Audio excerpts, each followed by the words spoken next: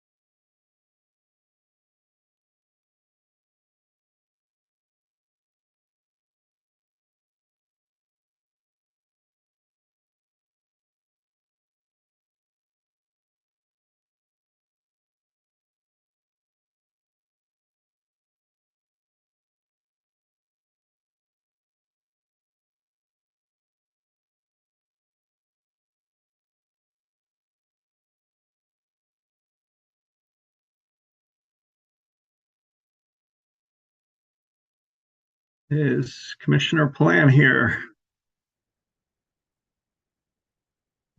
Yes, I am. All right. Is the court reporter ready? Yes, I am. All right, we're now on the record. This is a public comment hearing and proceeding number 23A-0392EG, where the Colorado Public Utilities Commission is considering Public Service Company of Colorado's application for approval of its 2024 to 2028 Clean Heat Plan. Today is January 8th, 2024. I'm Eric Blank, the chair of the Colorado PUC. Can my colleagues introduce themselves for the record? I'm Tom Platt, Commissioner. Welcome, everybody. Good afternoon, Commissioner Megan Gilman. Thank you. This public comment hearing is being webcast on the internet and will always be live, including during any breaks. Before we begin taking statements, I would like to briefly explain how a public comment hearing works. There is a court reporter who is listening to this proceeding remotely. She's going to take down what you say for the record. This comment hearing is formal, like a court proceeding, and we ask that the audience be respectful of the speakers that comment today. In our role as commissioners at this stage of the process, counsel has advised us to avoid answering questions or responding to statements. We are here to listen and learn and to make sure your comments are reflected in the record. As such, this case is ongoing and we will not make any decisions until after the evidentiary hearing. To allow everyone time to make comments, we would request that each commenter limit themselves to 2 minutes or so. I think we have 40 or 50 people signed up today. I'd also like to remind everyone that we're still early in this proceeding. If you hear something today that you would like to comment on further, please file post-hearing written comments, which can be found on our website. I want to thank everyone for taking the time to being here and to share your comments. These are challenging issues, and we certainly don't have all the answers, which is why hearing from all of you is so important. Finally, in an attempt to make this process more understandable, we're going to have one of our team read a summary, providing a quick overview of the proceedings for the benefit of the listening public. Second, instead of going down a sign-up list, I'm just going to call on people as they raise their virtual hands or unmute their phones. With that, I'd like to offer my colleagues a chance to make any opening remarks that they'd like to, and then I'll turn it over to Ms. Connors and then open it up for the public comment. Commissioner Plant, any initial thoughts? Yeah, well, thank you, Mr. Chairman, and thanks to everybody for participating this afternoon. This is, it's, as you know, an important hearing, an important proceeding, and we really welcome the opportunity to hear from the public and to hear your thoughts on this proceeding and on this effort. And so I want to, first of all, thank all of you for coming and for participating and taking part in the process. I did see my own Chaffee County commissioner out there, PT Wood. So special hello to Commissioner Wood. Appreciate you being here, and I'm looking forward to hearing from everybody. So thanks a lot. Thank you, Commissioner Plant. Commissioner Gilman.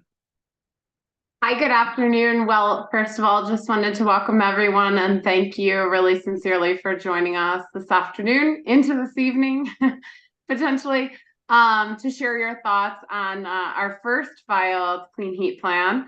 And I'm just very excited to hear from you all and members of the public to understand your sentiments and your comments on the Clean Heat Plan, especially since this is the first of its type.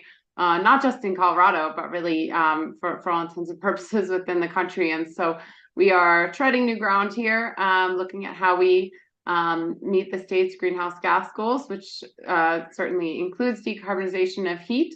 So be very interested to hear from you all as we have very important decisions to make in this first of its kind proceeding. Commissioner Gavin always used to say this was one of his favorite parts of this process, hearing from the public. So with that, Ms. Connors, you want to read a brief statement and then we'll get on with the public comment? You're muted.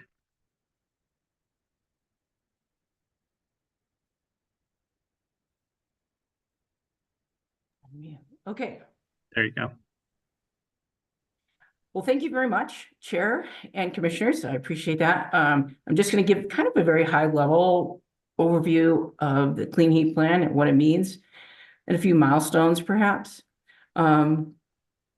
This is basically an application that the Commission opened to adjudicate Public Service Company of Colorado's 2024 to 2028 Clean Heat Plan. The process starts with the utility filing an application with the Utilities Commission. That application describes many proposals, including the company's preferred portfolio of clean heat resources, the company's proposed cost recovery mechanism for costs related to the Clean Heat Plan, the estimated reduction in greenhouse gas emissions resulting from proposed use of clean heat resources, and proposals related to tracking and reporting moving forward. The application was filed in August 2023. It was assigned a PUC proceeding number, which is 23A-0392EG, and I'll repeat that because you want that proceeding number if you plan to study the case further. It's proceeding number 23A as in apple, -0392E as in electric, G as in gas. Public Service proposes a preferred clean heat portfolio that uses additional demand-side management resources, recovered methane, beneficial electrification, and green hydrogen to reduce emissions going forward below its 2015 baseline. The company anticipates its preferred portfolio to cost $815.4 million over a 4-year timeframe, that 4 years being 2024 to 2028. Trial staff of the Colorado Public Utilities Commission, the Colorado Office of the Utility Consumer Advocate, the Colorado Energy Office, the City of Boulder, the City and County of Denver, the City of Pueblo, the County of Pueblo, Project Canary, the Colorado Energy Consumers Group, Holy Cross Electric Association, Black Hills Colorado Gas, Natural Resources Defense Council and Sierra Club, Colorado Renewable Energy Society, and Physicians for Social Responsibility, Western Resource Advocates, the Southwest Energy Efficiency Project, Denver Pipe Fitters, and Local 720, as well as Colorado Solar and Storage Association and Solar Energy Industries Association, Chevron, Occidental Petroleum, and Williams, all are at the start of the case, all has to be a part of the case at the very start. The parties may file their own testimony and cross-examine the utilities witness on their testimony. Parties' answer testimony is due by January 22nd. In addition to the formal parties to this case, the Commission has received numerous public comments through phone messages, emails, written communications, and postcards. An evidentiary hearing on the application is expected to be held virtually beginning on January 16th. This hearing involves parties and the company presenting evidence supporting their respective positions. In this proceeding, the Commission has received 2 different agreements between parties that propose to settle certain or all issues in the case. Parties to a Commission proceeding can negotiate amongst themselves to enter into a settlement agreement. Typically, the parties who enter into a settlement agreement. Received settlement agreements. I'm sorry? Proceeding. Ms. Connors, there's no settlement agreements filed yet in this proceeding, so we are just waiting for answer testimony. I'm sorry, I missed part of what. She had said there are no settlement agreements filed yet in this proceeding. We're awaiting answer testimony. Also, my notes show, Ms. Connors, that the evidentiary hearing for the Clean Heat Plan begins on March 11th, 2023. Okay, thank you for that correction, Chairman. Commissioner Gilman. Let's see, trial staff, UCA, and 4 other parties have also submitted different agreement with differing proposals for many of the issues in the case. The commission will consider the merits of all the proposed settlements as the evidentiary hearing. And that's all I have. So I am happy to launch it back to you, Chair Blank, and to the commissioners. Thank you. With that, let's start with our elected officials. Commissioner P.T. Wood from Chaffey County. Thank you, commissioners, and Commissioner Plant. Always good to see your smiling face.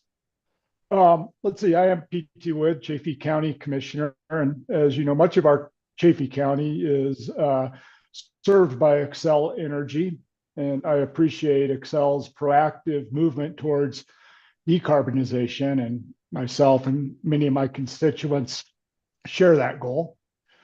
Chaffey County, as you know, has exceptional solar opportunities, and many of my constituents are keen to utilize the local clean power to electrify our homes, businesses, vehicles, and grid.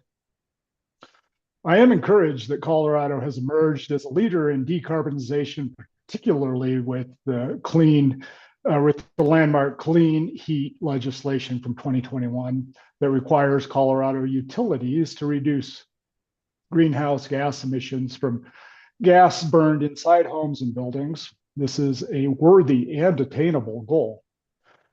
I'm sorry to see so much reliance, though, in the clean heat plan on hydrogen and biofuels.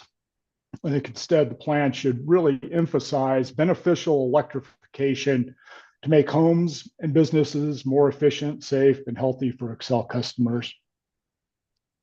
A rebate program to encourage that transition to electric from gas appliances would be a cost-effective way to meet the goals of the clean heat plan.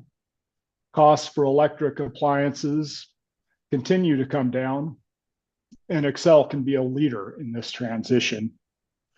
Yet Xcel's modeling, I think, is a little inaccurate in showing significant cost increases for electrification in the coming years, when I think we all know those costs are coming down drastically.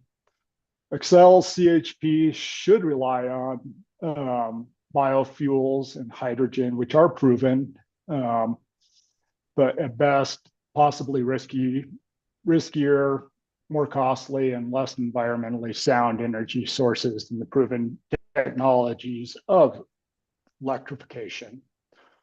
I think neither biofuels or hydrogen blending are as cost-effective long-term decarbonization solutions as they might seem.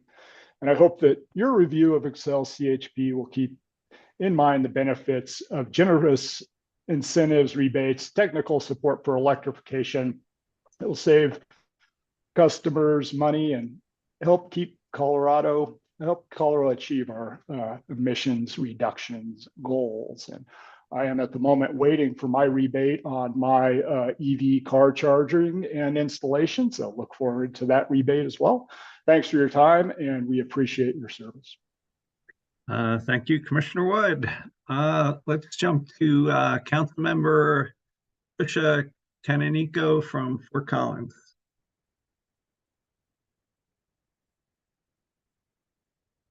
Good afternoon, Commissioners. I'm Trisha Canonico, a Fort Collins City Council member.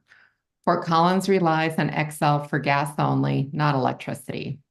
However, Fort Collins Xcel customers are contributing significantly through their utility bills to the Clean Heat Plan, and I encourage the Commission to ensure gas-only customers, like those in Fort Collins, are benefiting from the plan just as electricity customers are. We all know now that methane from gas is a far more potent greenhouse gas than CO2 emissions from coal. So it's very important that the Clean Heat Plan addresses this important source of emissions as well. The City of Fort Collins has emissions reduction goals that are similar to those of the state. We aim to reduce greenhouse gas emissions 50% by 2026, 80% by 2030, based on 2005 levels, and to become carbon neutral by 2050, while at the same time providing 100% renewable electricity by 2030 through grid and local sources. We need our utilities to make this goal possible by reducing emissions in electricity and in gas supply to customers. Please ensure that this plan benefits all Xcel ratepayers, not just those that are on their electrical system. Regarding certified natural gas, Xcel's Clean Heat Plan should not include CNG. The Clean Heat Plan is not the right mechanism to ensure that Xcel addresses leaks in the system. These should be addressed by the industry regardless of a Clean Heat Plan. Hydrogen blending should also not be included in this plan as it's expensive and explosive. The plan should focus on safe, affordable means of emissions reductions. I support this commission in its comments that these plans should not include offsets or certified natural gas. We need actual reductions in emissions, not offsets. Thank you for your time today. Thank you, Councilmember. Let's jump to Councilmember Dominique Nacarado.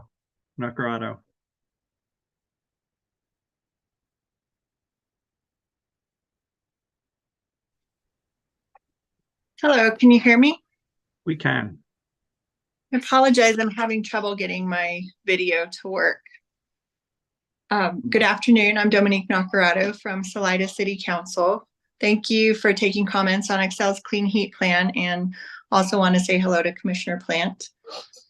Residences and businesses in Salida rely on Xcel for their electricity supply. I'm very pleased that Xcel is making a strong commitment to reducing emissions and increasing reliance on renewable energy for its customers. I hope that the cost of electricity will also be a priority in the Clean Heat Plan. Hydrogen blending should not be part of the Clean Heat Plan. It is too expensive compared to building electrification, which is what the Clean Heat Plan should emphasize. It is now well known that natural gas contributes to dangerous indoor and outdoor air pollution when burned. Also, hydrogen is highly explosive and potentially very dangerous to residential and business customers. Instead of natural gas and hydrogen blending, I'd like to see Xcel invest in heat pump rebates. Combining Xcel rebates with existing state and federal rebates could help electrify homes and avoid a great deal of greenhouse gas emissions at a significantly lower cost. Gas production contributes to climate change because methane gas leaks from pipelines, sending potent gas directly into the atmosphere. When customers burn the gas distributed by utilities, carbon dioxide is produced. Xcel could avoid these outcomes and achieve the emission reduction goals in the Clean Heat Statute using electrification and energy efficiency measures at a much lower cost. Certified natural gas and hydrogen blending should not be part of the Clean Heat Plan. We need Colorado's largest utility to do everything possible to move towards truly clean, renewable energy and avoid methane producing methods. Methane from gas is more potent than carbon dioxide, and Xcel can and should meet its energy needs without adding hydrogen blending or natural gas. Thank you for your careful consideration of this important plan. Thank you, Councilmember. Ms. Tracy Burnett.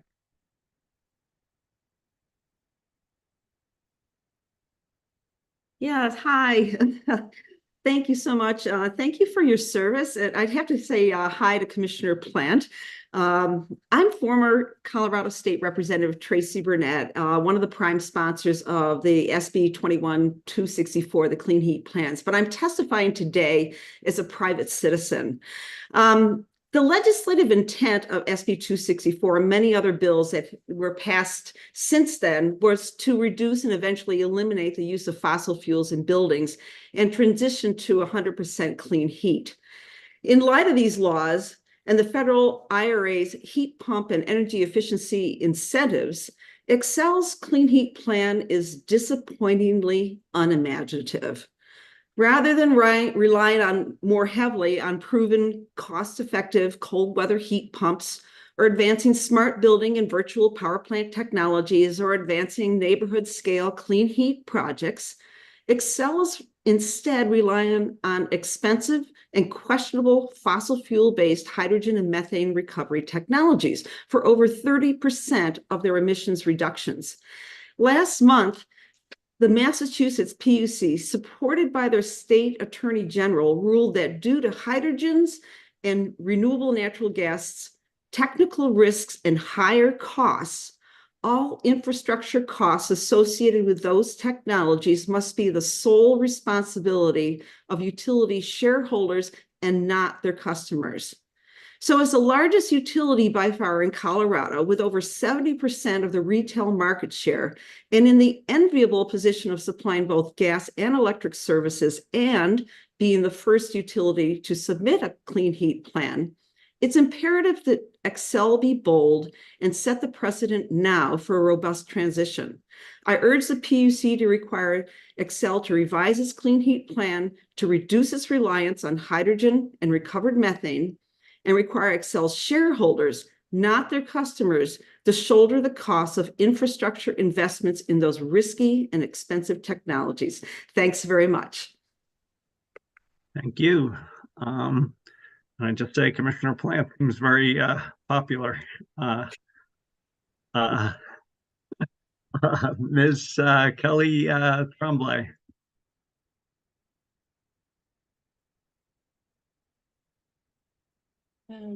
Here we go. Good afternoon, Commissioners. My name is Kelly Tremblay, and I'm speaking on behalf of Ceres. We're a sustainability nonprofit collaborating with hundreds of leading investors and companies working to advance climate solutions. Thank you for the opportunity to comment on Xcel's Clean Heat Plan today. Ceres recently released a report on decarbonizing U.S. gas distribution, analyzing the viability of the different gas industry decarbonization pathways, in which we'll file in written comment. We know that the greater global warming effects of methane warrant priority action and aggressive focus within this decade. And so we urge Xcel, stakeholders, and the Commission to work towards an improved clean heat plan that really pursues the most cost-effective way for Xcel to meet state targets, including the rapid adoption of efficient electric appliances such as heat pumps and building energy efficiency measures. Xcel's amended plan puts significant focus on growing markets for methane products over fully leveraging electrification, efficiency, and demand-side investment. We think this is a missed opportunity to achieve critical emissions reductions, realize customer savings, and secure public health benefits. Further, we wish to voice concerns with the robustness of E3's input assumptions for heat pump performance to the extent that the conclusions are likely invalid.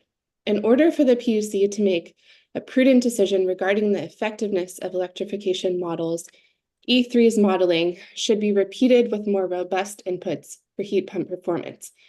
The inputs understate the current availability of leading cold climate models, and the standard performance used by E3 is not relevant for Colorado, as it would be a financially irrational decision to install a system with such poor performance.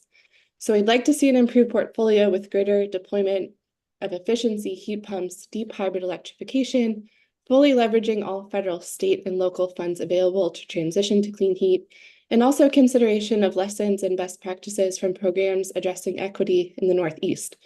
So thank you for your time, and we hope to be a resource and look forward to working with you. Thank you very much.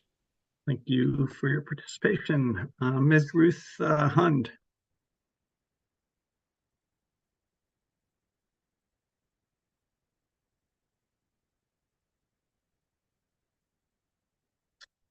Ooh, looks like she got cut off. Ms. Heidi Leithwood.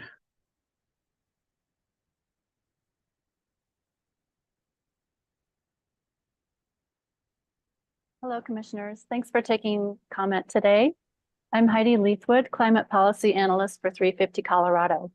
We're a grassroots organization with 20,000 members statewide, with a mission to work locally as part of a global movement to avert climate disaster. I would first like to point out regarding hydrogen that the plan shows 3 times more use of blue hydrogen than green hydrogen, actually. And blue hydrogen is made from splitting the methane molecule, as I'm sure you know. And studies show that blue hydrogen has higher emissions per unit of energy than simply just burning natural gas or even coal. The cost analysis submitted as an exhibit with the plan shows that per unit of emissions reduced from using hydrogen in their plan, it costs far more than electrification and energy efficiency. So I urge you to reject Xcel's clean heat plan. All 198 parties in the recent COP28 agreed we need to transition away from fossil fuels. And in home and building heating, we need to stop burning methane. And we need to ensure that any new technologies being considered are safe, effective in reducing emissions, and efficient. In other words, we shouldn't waste our energy pursuing technologies for heating use when they're best saved for other uses, such as hydrogen. Beneficial electrification and energy efficiency serve to move us to the energy sources of the future and our emissions goals. These solutions are eminently feasible with customer incentives to overcome the initial barriers, and over the long run, they will definitely save money. Xcel should beef up its incentive program, which can stack with federal and state incentives. It should also do extensive educational outreach to get these programs rolling and speed the transition. Let's avoid perpetuating the dangerous and polluting piping of any fuel sources, including hydrogen. We need to be rapidly transitioning away from fossil fuels and other greenhouse gas emitting sources such as biogas. We've also submitted written comments that go more into depth, so I encourage you to refer to those. Thank you. Thank you. Ms. Jen Clanahan.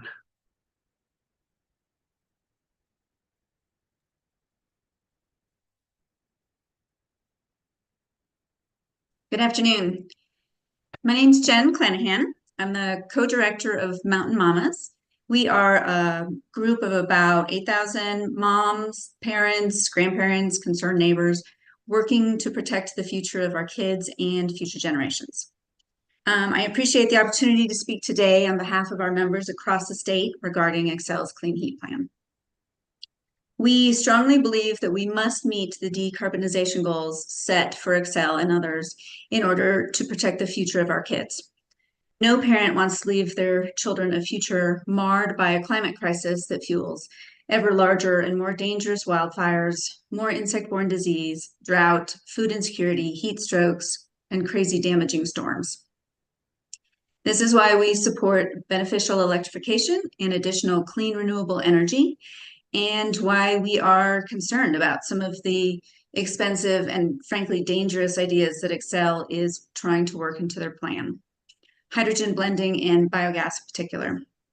Neither will be able to meet our energy needs, but both are very expensive and can be dangerous. We would like to see instead significantly more clean renewable energy. These expensive new systems, potential hydrogen blending system, will threaten our family budget while also potentially threatening the safety of our kids. No one benefits from such a system except Xcel. Solar and wind energy, on the other hand, are going down in cost, which tells us that Xcel is not working in the best interests of their customers, but instead in the best interests of their bottom line. So we are asking you, the PUC commissioners, to see through this strategy and tell Xcel that now is the time to set up a system that works for everyone, a system that takes advantage of the funding from the Inflation Reduction Act, a system that utilizes the best science, a system that cuts greenhouse gas emissions to clean up our air and therefore protect our children's health today and their future by investing in renewable energy. And one other note, because this is a first of its kind plan, as you all have mentioned, we hope that Xcel's Clean Heat Plan will set the bar high, since it will influence others here in Colorado and probably across the country. So for the sake of our kids, we'd like to see a high bar. Thank you. Thank you. Ms. Margaret Fuhr.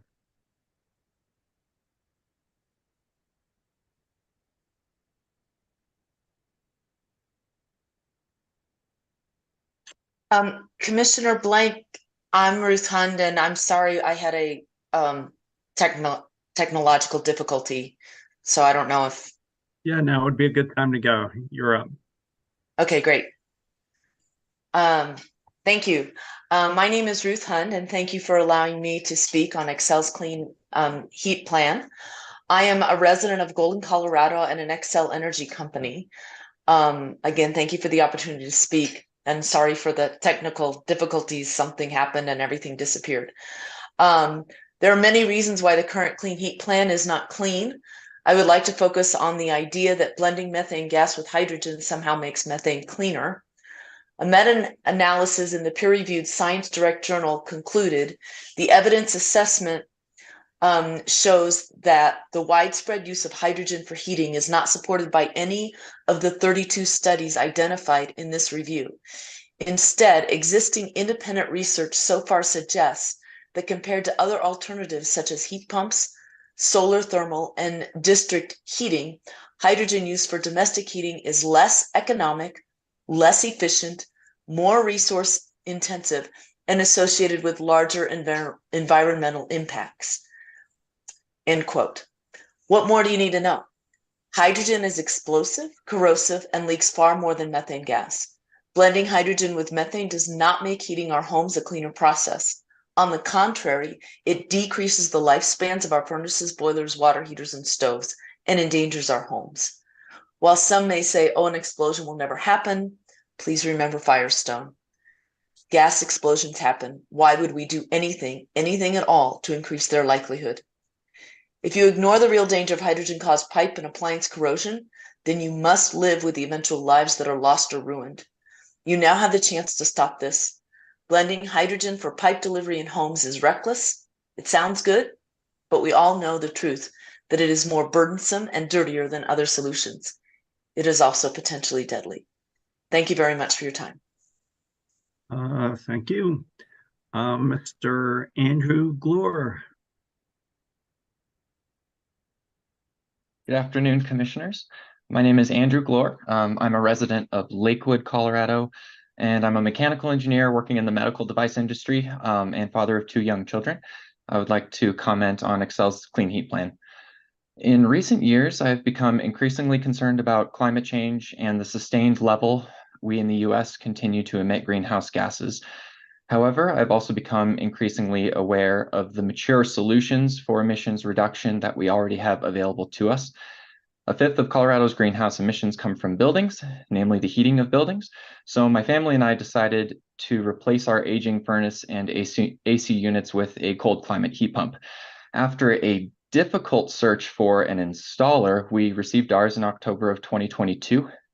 Since then, our house has never been more comfortable. That includes last December's winter storm that brought temperatures well below 0. The technology for electrifying building heating is here and ready for Colorado, but Excel's Clean Heat Plan distracts from the possibility of rapid adoption by promoting inferior solutions like hydrogen blending and certified natural gas. This will unnecessarily commit buildings to new furnaces and their respective lifetimes of emissions, all the while a clean, healthy, and comfortable alternative is available. I ask that the PUC require Excel to revise this plan with more emphasis on rapid building electrification, namely with regards to reducing costs to consumers and creating incentives for HVAC installers. Thanks for your time. Thank you. Ms. Angelique Espinoza, GBC. Hello. My name is Angelique Espinoza, and I am the Policy Director for Good Business Colorado. We're a statewide organization of business owner members working for a more equitable, sustainable, and prosperous Colorado. And commissioners, I'd like to thank you for the opportunity to speak to you today. After last winter's price spikes, we put out a sign-on letter to our members and other businesses and had 23 people sign on. I'd like to read you a portion of that letter as it pertains to your consideration of this clean heat plan. Dear Colorado Public Utilities Commission and Governor Jared Polis, small businesses are getting hit hard with rising costs and inflation, no matter the line item. Energy is a top cost for most businesses. And this year's gas bills hit a record high due to the volatility of the natural gas market and utilities passing on their costs to Colorado consumers. Our business owner members have plenty of experience in evaluating risks and making good investments for their businesses. They know that natural gas isn't a good investment anymore. Its price volatility has led to extreme cost spikes that are preventing Colorado businesses from innovating, investing in their communities and employees, and even being able to budget and forecast how to keep their doors open. Colorado's businesses deserve reliable, affordable energy prices, not extreme swings. Our members make a bad call on their business investments. They can't rely on their customers to pay for their mistakes. Those customers will simply go elsewhere. Unfortunately, utilities don't work the same way. There is no choice in Colorado who provides your energy. And that is why we continue to pay the high costs of utilities' short-sighted bets on gas. Please put Coloradans first and hold utilities responsible for their own mistakes. Reject the practice of saddling customers with expenses from short-sighted investments in volatile natural gas, and keep pressure on Colorado's utilities to invest in clean, reliable, and stable energy sources that help support our state's small businesses. Protect Colorado energy utility customers from extreme cost spikes. And this is signed by Holly Adenoff, John Bachman, Victoria Bruner, Allison Burchell, Anna Burrell, Christy Carlin, Veronica Chacon, Bree Delisi Zoller, Ashley DePaulis, Michael Donovan, Lucy Gerka, Dion Harding, Jeffrey Jensen, Jax Meyer, Jerry Mitchell Brown, Erica Ryder, Sue Ryden, Krista Shiner, Andrea Steffels Tuttle, Stu Swineford, Rebecca Todd, Barbara Youngberg, and Aaron Zimala. Thank you so much for your time. Thank you to you and everybody else. Ms. KK de Vivier.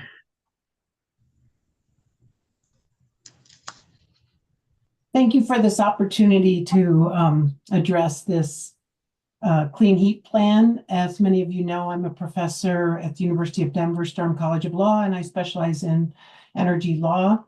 I echo, and I won't repeat what many of the previous participants have voiced, which is that Xcel's plan too much perpetuates fossil fuel burning, whether it's biogas or methane, and that raises considerable indoor and outdoor air quality concerns as well as climate concerns, and that I would like to see the plan more follow the WRA, SWEEP, NRDC report Path to Pollution-Free Buildings, meeting Xcel's gas decarbonization goals.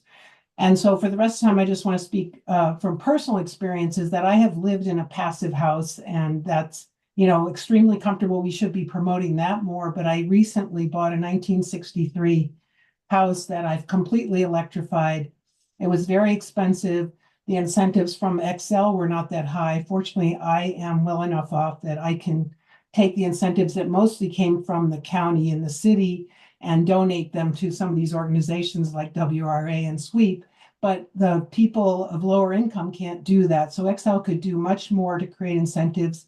And it's another issue for another day, I guess, but Xcel is trying to charge me $5,000 just to turn off my gas meter. So Xcel could do a lot more to make electrification easy. And I urge you with respect to this plan to force Xcel to think more about what they could do and to follow some of the guidelines that these other organizations have provided. Thank you very much for your time today. Thank you.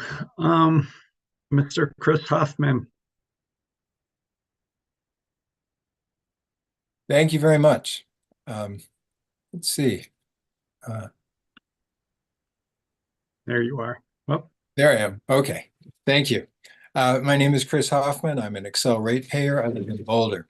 Thank you, commissioners, for making the time to hear from the public. My key message, later is too late. Xcel's clean heat plan works hard to appear forward-moving on the surface while unfortunately maintaining Colorado's dependence on polluting methane gas. Back in 2021, the International Energy Agency said, quote, if governments are serious about the climate crisis, there can be no new investments in oil, gas, and coal from this year. Yet now, years later, Xcel is planning to invest millions in new methane infrastructure, which will just be a stranded asset, which they will want us to pay for. And to slow the transition, Xcel has spread doubt about the heat pumps, how heat pumps perform in Colorado. But they're already performing extremely well in Maine and Scandinavia, which have climate zones as cold or colder than Colorado and have seen large sales of heat pumps. Climate change is an urgent matter affecting the whole world, including the state of Colorado and all the people we hold dear. We cannot afford any delay. Later is too late. Colorado needs to move decisively to electrify heating. Excel's plan delays electrification by maximizing its projected cost. Instead of relying on expensive alternatives like green hydrogen and so-called renewable natural gas, the better path forward is through electrification and accelerating implementation of building energy efficiency. A study developed for Western Resource Advocates found that beneficial electrification is the cheapest measure that utilities in Colorado can deploy for building decarbonization. Xcel needs to move with dispatch to decarbonize. It is in everybody's best interest. Please use your authority to make Xcel do it. Later is too late. Thank you. Thank you. Ms. Genevieve Crowley. Hi, that's me. Sorry for the poor pronunciation. It's Geneva, yes, but thank you so much for taking public comments today. I'm Geneva Crowley, and I would like to endorse replacing. I would like to endorse the heat pumps rebates and electrifying our grid. So not too long ago, my extended family had a gas leak that remained unresolved for months. And now they're safe, but more than 65 Americans die a year from a gas-related explosion. Xcel wants to introduce a new hydrogen gas blend, which explodes at 4 times that rate. And we don't electrify. We can see an American killed almost every day by a gas explosion. Electrification could save every one of those lives. Electric appliances don't leak and don't explode. And having, as you can tell, a new baby who's getting his diaper changed, I would very much not to be exploded or have my family exploded. So thank you for listening. Thank you. Mr. Jamie Geeson.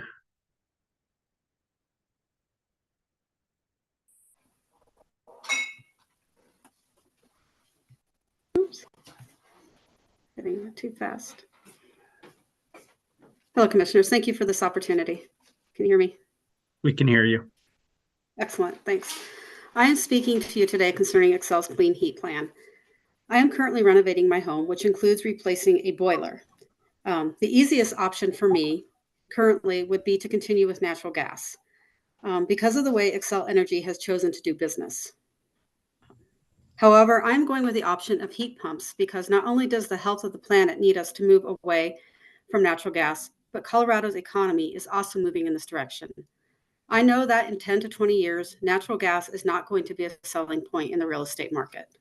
Natural gas is expensive now, and its price is volatile going forward. It's beyond time that Xcel does their part to invest more in their incentive programs, such as heat pumps, so that the majority of homeowners can make responsible decisions in an economic manner. If we invest in clean energy, it will be less expensive than reclaimed natural gas or hydrogen. This is a choice that we can make. Clean energy is safe, efficient, and economical. Reclaimed natural gas and hydrogen are none of these things and should not be included in this plan.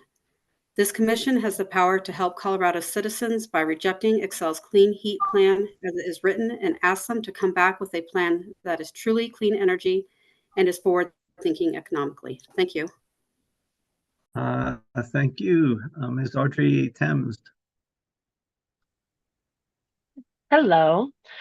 First off, thank you so much for taking comments today. And I'm coming today as a concerned long-term citizen of Boulder County and on behalf of Boulder County Climate Policy Action and Leadership Collaborative. I would first like to give credit to the PUC and Xcel Energy for their efforts to progress Colorado energy and for providing this opportunity to speak. However, it was concerning to see the interest in the continued investment in certified natural gases instead of demand-side reductions and electrification. As stated earlier, Colorado has the potential to pave the way for the rest of the country of how transitioning to more effective and diverse energy can look, and it is quite disheartening to see that that opportunity is not being taken advantage of. Delaying the inevitable to the needs of the future will only make the switch to more diverse energy sources harder down the road. I and many people here would argue that these clean heat plans do not serve all the values of Colorado that the PUC and Xcel Energy state that they aim to serve. While I understand that we are currently very reliant on natural gas to support heating our homes, alternatives do exist, but are limited and restricted due to the lack of support and accessibility. But this could be changed and evolve with more support that the PUC and Xcel Energy can give.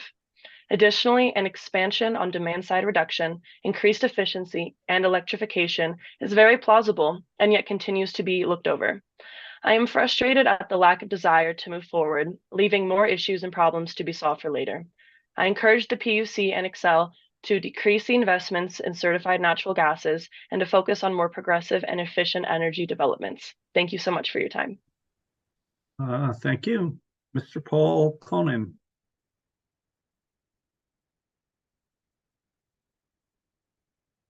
There I am. Good afternoon, commissioners. It's great to be able to talk to you again. I love you having all these public hearings, especially having a public hearing before your legal hearing you're going to have in a couple of months. The comments you've been hearing today are great. I'm just like 100% agreement with what you've heard so far, and I will try not to repeat too much of that. But just we have to stop burning stuff. That includes methane. So we can do this. This is absolutely doable. And I've done it in my home. I own a home in Boulder. I'm still connected to the grid. I'm still a ratepayer for Xcel, but my typical bill most of the year is $5 a month for the basic connection fee. With PV and a heat pump and EV, I don't actually have to pay very much. So it's really a great deal. Also, with an EV, I'm not buying gasoline either. So this is entirely doable. Xcel maybe isn't the right organization to be leading this effort. They have an incentive to make a profit from their gas business, and they make their profit by building infrastructure. And we need no new infrastructure in gas. We should be winding down the gas business. This heat plan should be a first step on the way to zero natural gas. I mean, there may be some extreme exceptions in some industries where they need natural gas to do something that can't be done by electricity. But for most everybody in their home, their business, they should not be burning natural gas anymore. We need to have this heat plan be part of a ramp down to zero. So I appreciate your concern. And of course, I agree with the comments about all the extraneous stuff, the hydrogen and certified natural gas and all that stuff. So the other thing I'd say is you should get a second opinion on the modeling that Xcel had done. I've looked at this and it looks to me like every assumption they made in the modeling was made to make natural gas look better and beneficial electrification look worse. And I just would greatly admonish you to get some independent opinions about this. Thank you very much. Thank you. Ms. Leslie Glustrom. Thank you so much, commissioners. We really do appreciate you taking the time. We know you're working hard. And just to be a little funny here, I want to say hi to all three of you. You're all loved and famous and appreciated. And but that's not just completely that's not completely facetious. As we listen to you deliberate on the various proceedings, I've been at this game for about 20 years. As many people know, my name is Leslie Glustrom, longtime PUC participant and previously intervener. You're beginning to act like regulators, and I'm just so grateful to see that. And obviously, as you've heard from all the other people speaking, it's really important that you act as regulators on this too, meaning you weed out, you get the wheat from the chaff. And a lot of people have spoken about the quote unquote things that Xcel has proposed that are not actually going to solve the problem. They're going to be very expensive and they're also very dangerous. So I want to underscore that because Xcel made a lot of wrong decisions on coal, unfortunately, they did it with the support of both the PUC and all too often the big environmental groups. We have $1 billion of stranded coal assets, about 600 million at Pueblo Unit 3, and about a little over in the neighborhood of 400 million at the other, at Brush and Hayden. And so real people have to pay for that. So let's not do that again. I'd like to kind of bring 3 comments to you. One, hydrogen. People tend to, in the hydrogen hype, they're like, oh, it'll be great for the climate. Well, no, that's not the case. All you have to do is read the literature. The easy way to do it is look up global warming potential, go to Wikipedia, scroll down to hydrogen. You'll see that on a 20-year basis, it has global warming potential about 33, meaning 30 times more potent than CO2 on a per weight basis. Over 100 years, they're trying to figure that out because the chemistry is very complex, but it's in the neighborhood of 8, 10, maybe 12, somewhere in there. The important thing is that hydrogen combines with OH to make H2O, and the OH is like the detergent of the atmosphere. So when hydrogen consumes the detergent of the atmosphere, the OH radicals, you're going to extend the life of methane, and you're also going to do a bunch of other stuff to the chemistry of the atmosphere. So please, let's get over this clean molecule hype, which is drowning our state. I lived through the clean coal hype, which drowned our state, but thank goodness a small group of us were able to stop that quote unquote clean coal juggernaut. So that's the first thing. Hydrogen is not like some sort of, I don't know, benign molecule. Second thing, I'd like to point the commissioners to a couple of the documents in the proceeding, and then obviously you can go look at them yourself. The first one is DRA 7, which came in with the amended preferred portfolio. Scroll down, you'll see cumulative program costs and quote unquote recovered methane, a cumulative cost of over $500 million, $500 million, a little bit less than beneficial electrification. But when you also then look up to the cumulative abatement of CO2, much less than half as much CO2 abated. So the cost per ton of CO2 for recovered methane is much, much higher. And so let's not do that. And to underscore that, if you were to go back to DRA 1, which is the E3 study that Xcel submitted with their direct testimony, pages 47 and 48, I beg of you to look at those soon. You're going to be well briefed, but it's also good to be well prepared for you being well briefed, I think, by all the interveners that we heard from about. We can look at the supply curves for the recovered methane. And the optimistic supply curve has a little tiny sliver at about $12 a million BTU, and then it goes to 15 and then to 20 and above. We can't make customers pay for that. You know what happens when you're paying that much for 1 million BTUs of heating. So, and then you can also turn over to page 48, and you can see the marginal abatement costs, and they're crazy big. So, and if you read Mr. Weinberg's testimony, he's supposed to be the expert on recovered methane. It's 63 pages with a lot of words, but what it really says is this is going to be hard and expensive. So, but Xcel, of course, wants to keep their fossil gas system, their gas system going for all the reasons that Paul Cullen and everybody else explained. So let's not do that. And then just very briefly, commissioners, the transportation electrification plan hearing is on Wednesday. Our daughter comes home from overseas. I won't be there, but I'll put in some comments, strong comments in support of the affordability stipulation.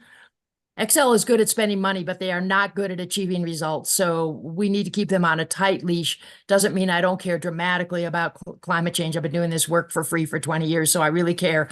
But we can't just go around spending money like a drunken sailor, as my mother used to say. So thank you so much for your time. Keep going. Know that you're all loved and appreciated. Take care. Bye-bye.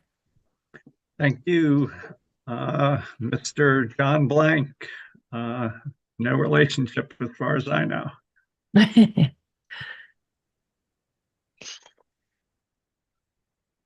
Hello, my name is John Blank. I'm a planner for the town of Dillon. Dillon is in the Xcel service area for electricity and gas. Our residents, business owners, and government officials are excited that Xcel is a leader in clean heat planning, and we want to make sure that Xcel's clean heat plan achieves not only meaningful emissions, but also reduction in cost as well as improving health benefits. Emissions reductions, health considerations, and costs must be the utmost importance in this plan. I'm concerned that the clean heat plan is still considering natural gas and hydrogen blending.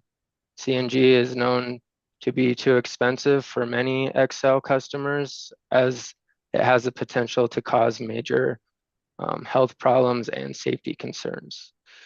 These forms of energy should not be considered for Xcel's clean heat plan. The high cost of maintaining Colorado's gas infrastructure drives up utility cost for working families.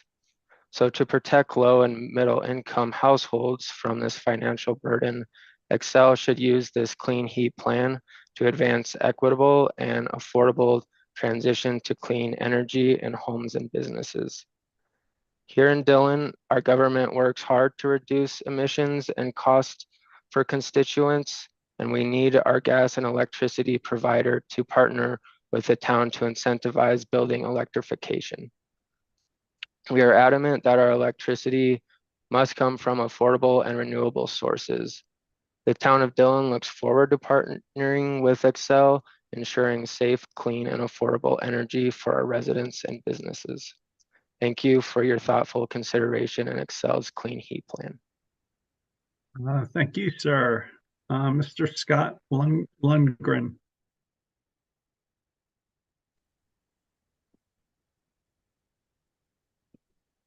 Hello. Hey. Hold on a sec. I'm Scott Lundgren. I'm an Xcel gas and electric customer from Boulder, Colorado. I'm passionate about building electrification because I have experienced the impact of climate change already in my neighborhood. And I'm concerned with the impact on asthma sufferers like myself of indoor air pollution from gas burning appliances. While watching over 1,000 of my neighbors' homes destroyed by the Marshall Fire, I realized climate change is here now and is getting worse each year. It is the foremost responsibility of each of us to take action to accelerate our transition to clean energy. Xcel says that the Rocky Mountain Institute is on board with its plan, but RMI states that extensive research studies have shown that the lowest cost pathway to eliminate direct emissions from commercial and residential buildings is to electrify. Xcel's own testimony states that the upfront cost to homeowners for the electric-only option is less than the clean heat plus option when federal and Xcel incentives are taken into account. I want to understand the total cost of ownership for each of the plan options. I've seen that the cost of zero carbon methane or hydrogen can be 5 times or more the cost of fossil gas. And in fact, Xcel states that none of these fuels will be available until 2030 to any significant extent. It looks like the Clean Heat Plus plan forces customers to invest in over 100,000 more gas burning appliances through 2030. Why would we want to select a plan that invests in so much more gas burning infrastructure that we will then have to pay for expensive future zero carbon gas or transition them? These are furnaces that will last until 2050, the timeframe when we are targeting to be at net zero. What stranded assets are we investing in by selecting such an option that homeowners and ratepayers will have to pay to transition later? Why is Xcel recommending RNG for buildings when the limited amount that may be available at some point in the future, if the technology matures and scales, it needs to be allocated to industrial processes that are not easily electrified? In summary, I asked the commission to request that Xcel find a cost-effective clean heat plan that's focused on electrification. And seems like I'm in agreement with just about everybody that's been on this call. Taking into account the full cost to Xcel customers and the long-term climate implications of investments Xcel and its customers will be making as part of the approved plan. Thank you for the chance to speak tonight. Thank you. Ms. Alexandra Simon.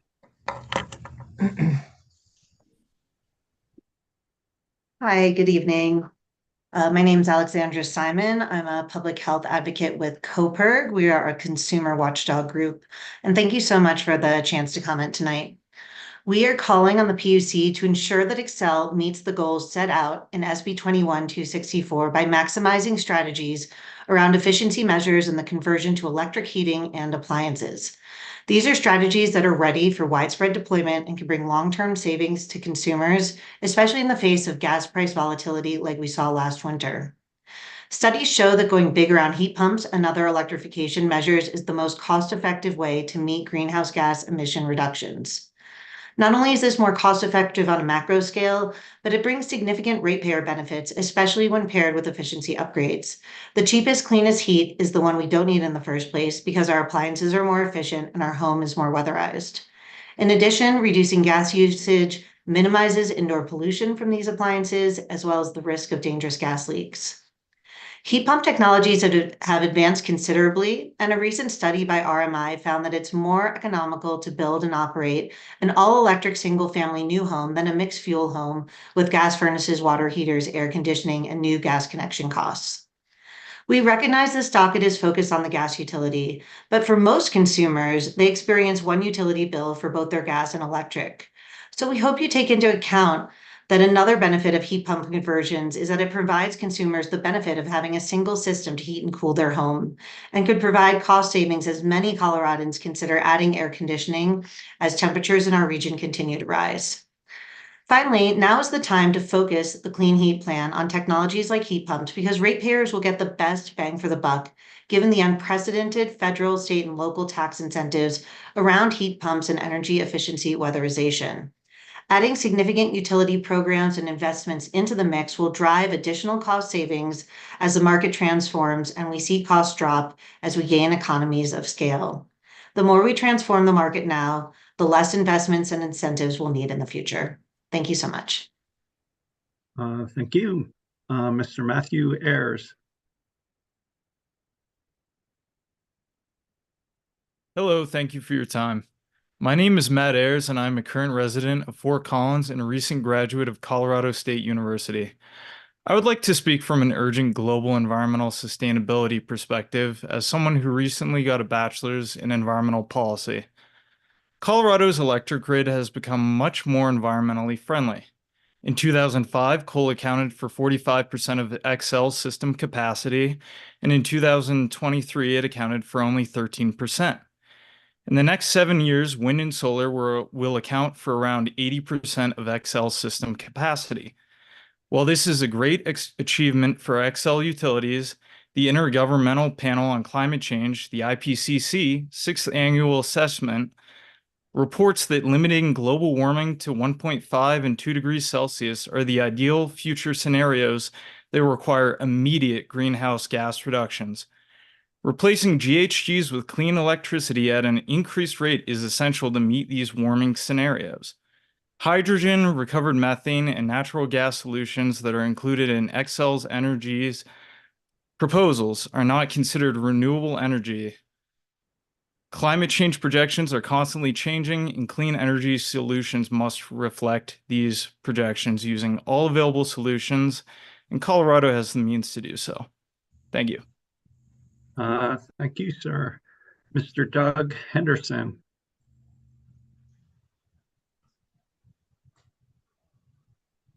Yeah, good afternoon, commissioners, and thank you for the opportunity to speak on Xcel's Clean Heat Plan. I'm Doug Henderson, a resident of Larimer County. I'm speaking as an Xcel customer and for many other customers who want clean, healthy air and a livable climate. I'm also speaking for the Larimer Alliance for Health, Safety, and Environment, a coalition representing thousands of people in Larimer County. Larimer County suffers severe air pollution. The American Lung Association gives our county a grade F for ozone. In 2019, Fort Collins ranked number 24 worst ozone pollution in the US, and now it's worse. It ranks 15th worst of over 200 American cities. We believe in science. A large body of research shows the role of oil and gas emissions in ozone pollution. The NCAR-FRAPPE study found conclusively that oil and gas emissions are the major driver of unhealthy air quality in the Northern Front Range. To put it plainly, we breathe some of the worst air in America, due largely to oil and gas facilities in the Front Range that spew ozone precursors and other pollutants night and day, winter and summer, all year, without regard to protecting air quality or people's health. And there are, of course, climate impacts from methane and other fossil fuels. You know about methane's immense damage to Earth's climate, its outsized role in near-term atmospheric warming that front-end loads and accelerates the climate crisis. The science and evidence is clear, and you've heard a lot about it from others' testimony. Oil and gas pollution damages the health and lives of millions of Coloradans, damages our environment, and damns our common future. Reducing oil and gas pollution and its damaging impacts will require significant reduction in oil and gas production and use. Xcel's interest is maximizing its profits by maintaining its business model and investments largely built on fossil fuels, including natural gas. PUC's responsibility is very different. It's to represent and uphold the public interest, which includes public health, the environment, and our climate. PUC should reject Xcel's proposed clean heat plan and require Xcel to transition rapidly away from fossil fuels. The plan should prioritize rapid expansion of clean energy sources, technologies, investments, and applications. For example, the plan should provide for more rapidly replacing natural gas with clean electricity for heating buildings. It should embrace rapid expansion of investment in clean energy, especially wind and solar, which are less costly than natural gas.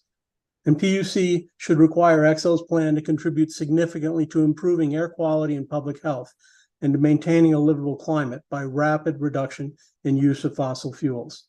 Thank you for your attention and your commitment to the public interest. Thank you, sir. Ms. Maggie Hartmans.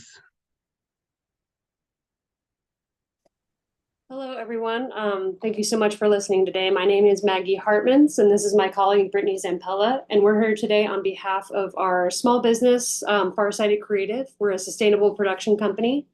I echo a lot of what others have said today. We believe the Clean Heat Plan should focus on electrification, not gas, hydrogen blending, or more gas plants. We also echo the confusion around the assumption that gas is cheaper than electrification. Gas not only poses public health and climate risks, but also threatens to become a stranded asset, a burden that we don't want to carry long after we've transitioned away from fossil fuels. Speaking as business owners, we need to manage costs. Wildly fluctuating gas prices hinder businesses like ours, especially where it's just the two of us. We're a very small business. So as we try to budget and plan for the future, it becomes challenging. If any resource should be sacrificed for cost reasons, it should be gas. What we and all businesses require is access to predictably priced, cost-effective, and clean renewable energy, instead of being forced to invest in outdated technologies that harm the environment and impede economic growth. Farsighted Creative, as our name suggests, operates with a vision toward a sustainable future. Our core values of promoting empathy and caring for our community inspire us to advocate for a just transition towards renewable energy, not just for business owners, but especially for those in low-income communities who cannot afford the cost that gas requires and are disproportionately affected by methane emissions. Approving a plan with less renewable energy and more methane emissions jeopardizes our community and climate goals. In closing, we implore the PUC to revise the Clean Heat Plan to invest in a future that aligns with the values of our business, other businesses in Colorado, and our community at large, for a future that is sustainable, just, and clean. Thank you so much for your time and consideration today. Thank you. Thanks to both of you. Portia Prescott. Wow. Okay. Good evening. Good evening. Good evening. Thank you so much. Can you hear me okay? I just want to make sure I'm like not muted. No, you're good. Okay, cool. So basically, good evening to all of the chair, Mr. Blank, and all of the public utilities commissioners. This is actually my first time here. So I know you've heard like all these experts. So I'm trying to say something a little bit different. So my name is Portia Prescott. I'm a third generation Denver native, Colorado native, and I'm also the president of the Rocky Mountain NAACP State Conference, which means I'm the president of the state of Colorado, Montana, and Wyoming. Most importantly, I'm a mom. And I'm also a small business owner. And I have a tremendous amount of respect for what you do. And I'm really just here to express my concerns about the opposition with Xcel Energy's clean heat plan and their use of hydrogen and methane gas. There's a lot of things that I want to say, but having been a Denver native, Xcel Energy has always been a part of my life. And especially when I became a homeowner, it was, other than my mortgage, it was the most inconsistent bill I could possibly manage between as being a single mother. And as I learn more about the role of the PUC and my leadership position with the Rocky Mountain NAACP and also with our SEEP program, which is our Sustainable and Equitable Environments program, I'm really here to discuss the health and safety concerns for the community. Climate change and climate crisis, global warming, whatever you guys want to call it, it's here. It's not going anywhere, and we do have to deal with it. And I'm concerned about Xcel's clean heat plan, and I really urge you to challenge and stretch Xcel Energy. I'm a small business owner. I know I've been drilled into us from the African American Advisory Committee. I'm a part of the Advisory Committee for Energy for the African American community. I get Xcel Energy, Xcel Enterprises. They are a business, right? However, your role is so critical. It is more like the FDA. We have cereal boxes that can kill our kids. We have with sugar content and calories. I need the PUC to have the sugar content and the calorie and to be the warning label on the cigarette, on tobacco, that this is not good. And I say this because climate change, the house my parents grew up in was $30,000 on 22nd and Holly. That's where I grew up. That same house sells for over $650,000. Same house, same square footage. But guess what's changed? The Xcel Energy bill. It's not consistent. And so what I want to say is, I think Xcel should beef up their incentive program for heat pumps and energy efficiency. We have a lot of elderly that call me. I'm very accessible. You can find me on everywhere. And I say this because LEAP runs out of money. The programs that they have to help people with their energy bill, you're now forced with, on a fixed income, inflation's going up, tomatoes cost more, cheese costs more, medication costs more, and gas is volatile. The one thing that history has told us and has taught us over and over again, we do not control the price of gas. We don't. Gas prices are volatile and only keep going up. I get calls nonstop, and we can tell people we do our part as community. You can turn off your lights, unplug your cell chargers, keep the heat bill to 65 degrees, do whatever it is that you can do to lower your energy bill. But at some point in time, we need the C-suite, the CEOs, the presidents of Xcel Energy to do their part.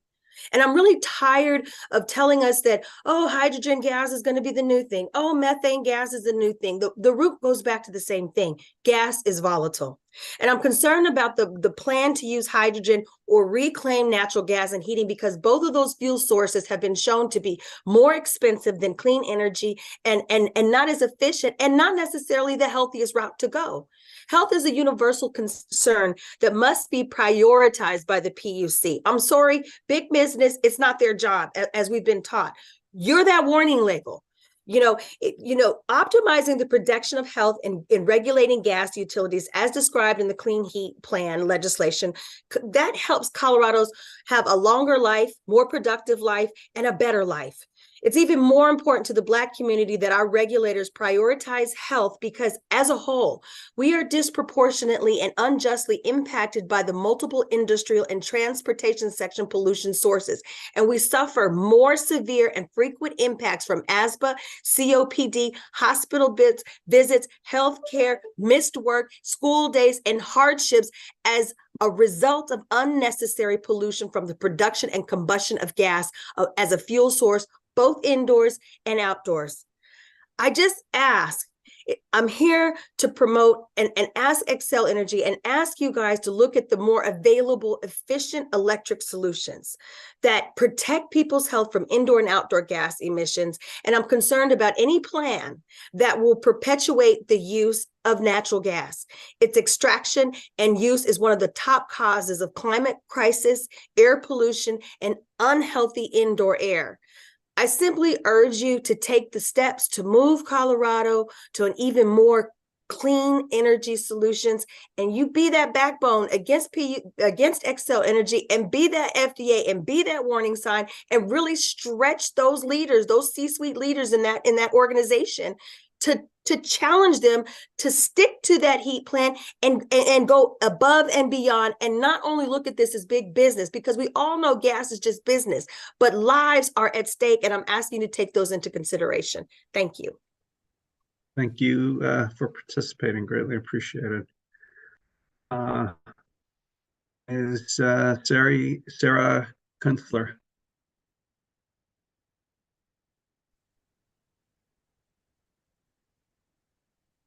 Hi, good evening. My name is Sarah Kunstler.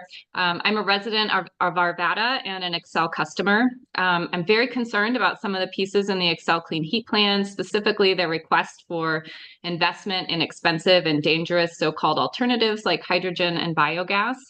The intention of Senate Bill 21-264 was for Colorado's gas utilities to reduce their greenhouse gas emissions by 4% by 2025 and 22% by 2030 relative to 2015 levels. However, Xcel's retail gas sales have grown by 9% since 2015.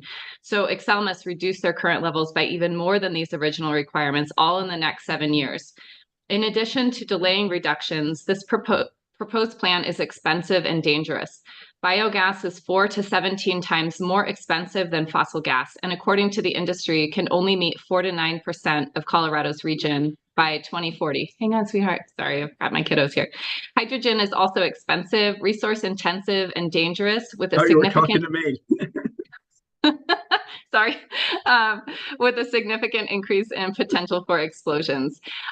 Why would we invest in dangerous and expensive solutions when clean, affordable, and safe alternatives are available? Ratepayers have already experienced extremely high utility bills last winter, and this will ensure more of the same, which people can't afford. Investing instead in clean, renewable energy is a win-win. Costs will go down, will continue to go down, and will be more stable and reliable than the volatile nature of the price of gas. Plus, renewables are better for the planet, helping us reduce our pollution and reducing our greenhouse gas emissions. I have 2 small children, one of whom is right here, who are currently being exposed to air pollution in the metro area and the health risks that come with it. They are also facing an uncertain future from climate change. I am incredibly frustrated that we continue to push urgent greenhouse gas reductions further into the future when we need to be making aggressive changes now. I am urging the PUC to reject the proposals in the Clean Heat Plan that include investing in hydrogen and biogas and require Xcel to invest in clean renewable energy now. Please do this to clean up the air for our children and for a healthy climate for future generations. Thank you for taking my comments and for your consideration. Thank you. Mr. Mike Wolfsey. There we go. Hi, sorry about my my screen's a little blurry. I dropped my phone. There's cracks on the screen now. I'm a physicist in Golden, Colorado, and I live in Jefferson County, Xcel ratepayer. I'm a researcher in molecular physicist, researcher in air pollution. I do not support the hydrogenation of natural gas, but probably for a different reason than anybody else mentioned, because I see the public infrastructure of natural gas pipelines as being incredibly valuable and unfortunately susceptible to micro fracturization and micro embrittlement due to the hydrogen enrichment of natural gas.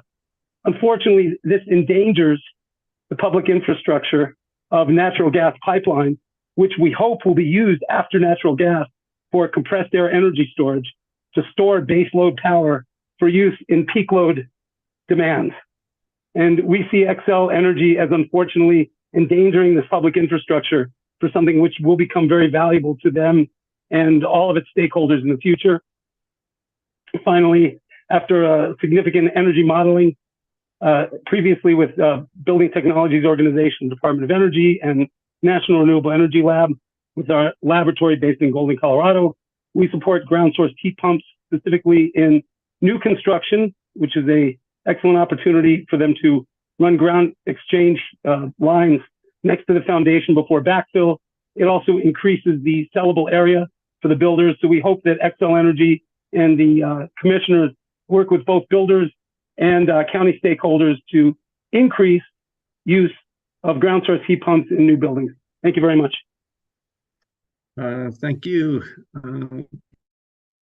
It's Shayna Oliver.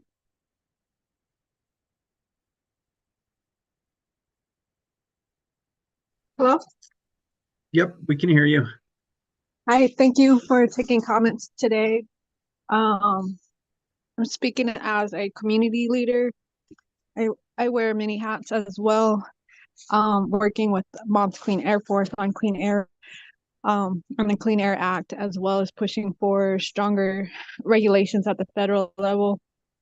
But I'm not speaking as that today. I'm speaking as a mom, as an Indigenous mom of 4.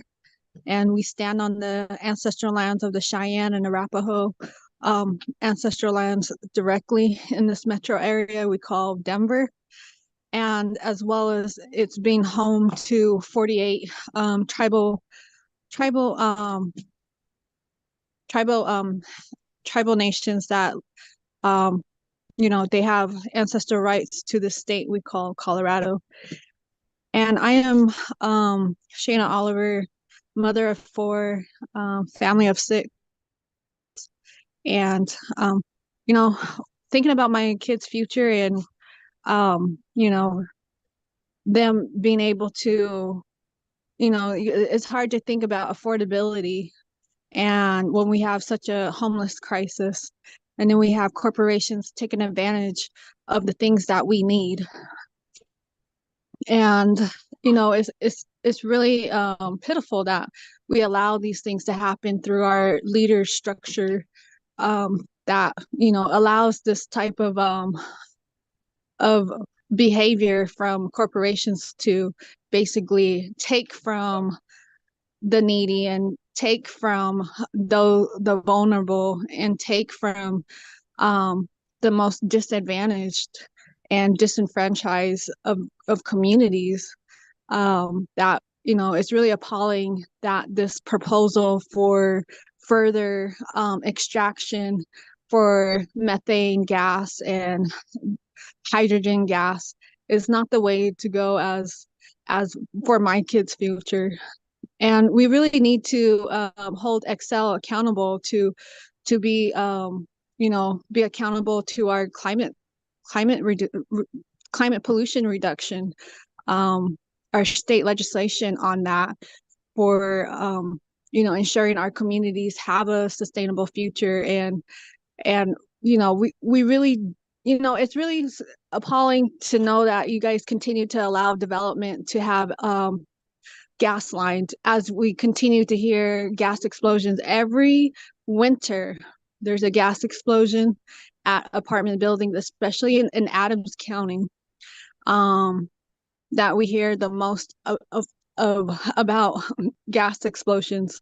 And we shouldn't be it shouldn't be a risk to sleep and live and then having to worry about about a gas explosion, because we have lack of maintenance, lack of quality assurance in our communities on these issues. And we really need to think about ensuring that Xcel is really reducing pollution as needed by our climate policy that is asking these highly polluters to reduce their emissions. And I'm someone that lives with asthma. My youngest son has asthma. We have a history of asthma impacting our families, especially our grandfathers on both sides of our family that have worked in coal industry and have worked in the aerospace industry, and have been given their rights to the government through militarization, especially as an Indigenous person. And and as African Americans, that, you know, the least our communities could do is ensure that we have sustainability in the homes that we live in, on the lands that we fought for. And especially as an Indigenous person, we fought for survival, and it's really appalling that we're continuing to see corporations and profiteers profit on the extraction of genocide still to this day, and that we need a proposal that really ensures the safety of our future and for a home. We need to be able to buy our next home or be able to rent our next home in a safe space that is not at risk for gas explosions every winter, or power outages is a big thing on electric grid, which is why we need to further research and modify our technology around energy. I haven't heard about solar being increased in these burden areas on the grid. We need to change the concept of how we live every day and live without with what's not needed in our communities. So it's all a change of perspective and leadership to really hone in on making sure that Excel is being responsible and ensuring that they're reducing their emissions and not building more gas plants in our communities that are already a burden. We have new developed affordable homes that are being developed right next to these environmentally harmed areas that have yet to be cleaned up. And I've heard horror stories from people from Colorado Springs that are having to live by an unfinished cleanup of the coal plant, the coal ash waste that's left there, that there still needs to be a continued responsibility from these energy companies to clean up their environmental harms, like that have been abandoned, like the coal ash plants, the coal ash sites that are contaminating and continually harming communities still today. We need actual maintenance and cleanup of these industries and not further incentives for them to bank on our needs. So thank you for taking my comment. Thank you for sharing. Participating. Ms. Julie Zahniser.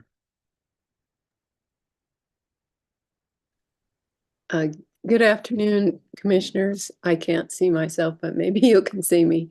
My name is Julie Zahniser, and I'm an Excel customer, and I want to thank you and your staff. I know you are working really hard, and there are many complex issues, and you've heard many impassioned speakers. I appreciate you taking this public comment. Today, I'm requesting that you do not approve Excel's clean heat plan as presented because of strong concerns about many components of the proposal. Like many other speakers who are concerned about climate, I support making Excel's focus on increasing use of constructive clean energy projects and minimizing use of fossil gas as soon as possible. Others have talked about rejecting Excel's small-scale hydrogen blending demonstration project. And I just would say, please be sure you read the October 2022 NREL publication, Hydrogen Blending into Natural Gas Pipeline Infrastructure, Review of the State of Technology.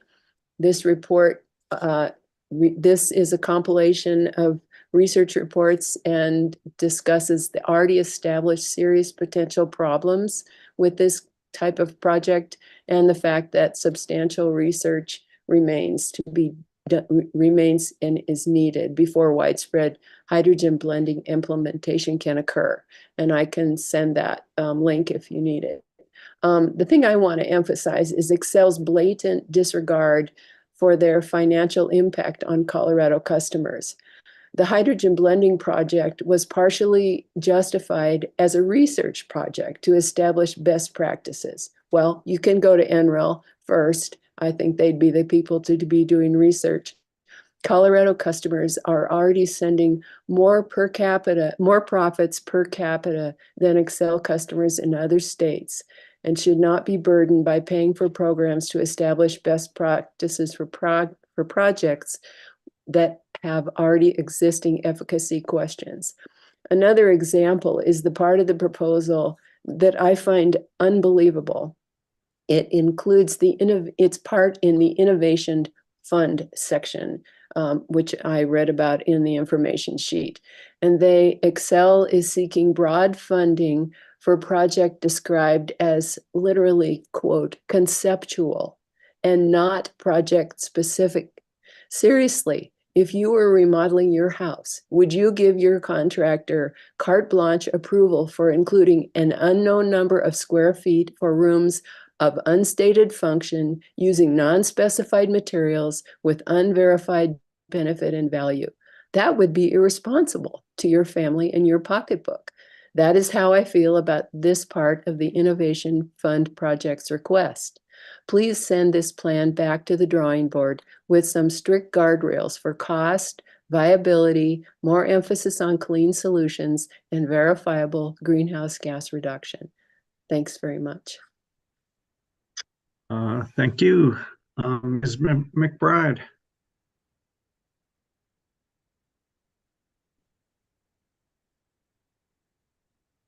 Good evening, and thank you for the opportunity. I am the environmental chair for the Aurora NAACP, and I am in total agreement with the majority of what has been spoken. I am a mother, I'm a community activist, and also a pastor. And I am speaking from the standpoint of, first of all, concern for something that is a public health issue. It's a socioeconomic issue. And it is something that is clearly impacting, has a potential of impacting the nation if Colorado makes the right decisions to set the standard. We are already in enough trouble with all of the gases and all of the things that are polluting our climate that are contributing to significant health issues, from the coal to radon and all the other issues. And so to be in a position to where now we are being considered to be part of a project of experimenting, where we as residents and customers of Excel would be potentially guinea pigs in something that they want to practice on. We know that the burden would probably rely most heavily in the marginalized and low income communities, which really consist predominantly of people of color. And we have already been experimented on enough. And when there is such a strong significance of red flags and warning signals coming out in advance that this is a compromise of humanity and health, then I really hope that you all will make the decision to stand on the side of humanity and what is in the best interest of the people who stand to suffer, the community,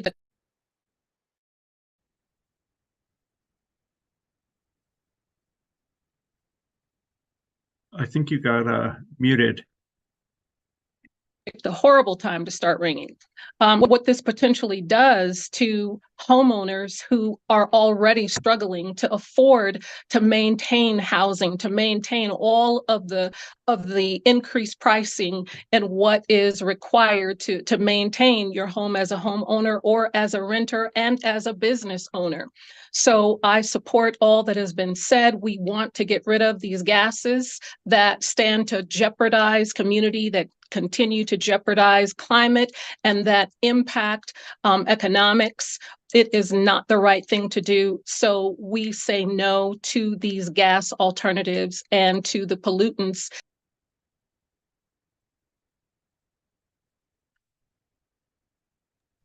Thank you.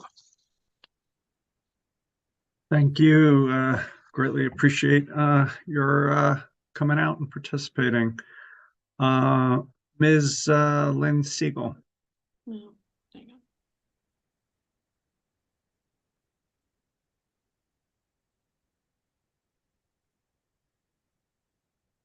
Hi.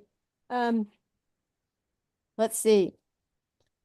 I'm at probably on Thursday and Friday, Saturday, when it gets to -20, I'm going to be living at 0 degrees in my house. In the addition, I dedicated all the resistive heat to solar, but had trouble getting contractors for my roof to be able to implement the solar. So I'm still stuck. But my solution is just be freezing. And you know, it's really uncomfortable, 70 years old, to breathe cold air at night. I can wear my hat to bed and get under the covers, but to breathe cold air is really uncomfortable, really cold air.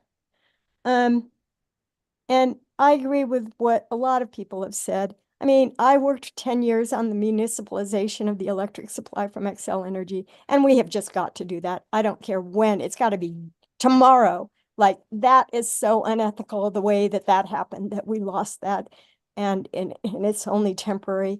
And these large municipal, large utility operators need to go.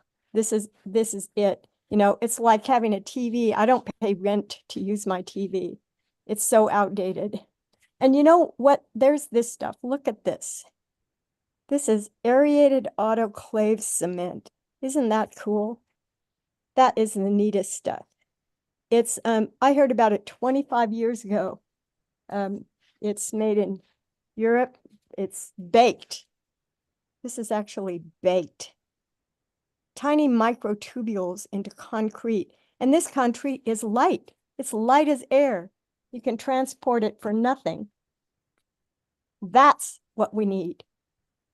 Not this end, you know, we need the demand management that a lot of people have been talking about.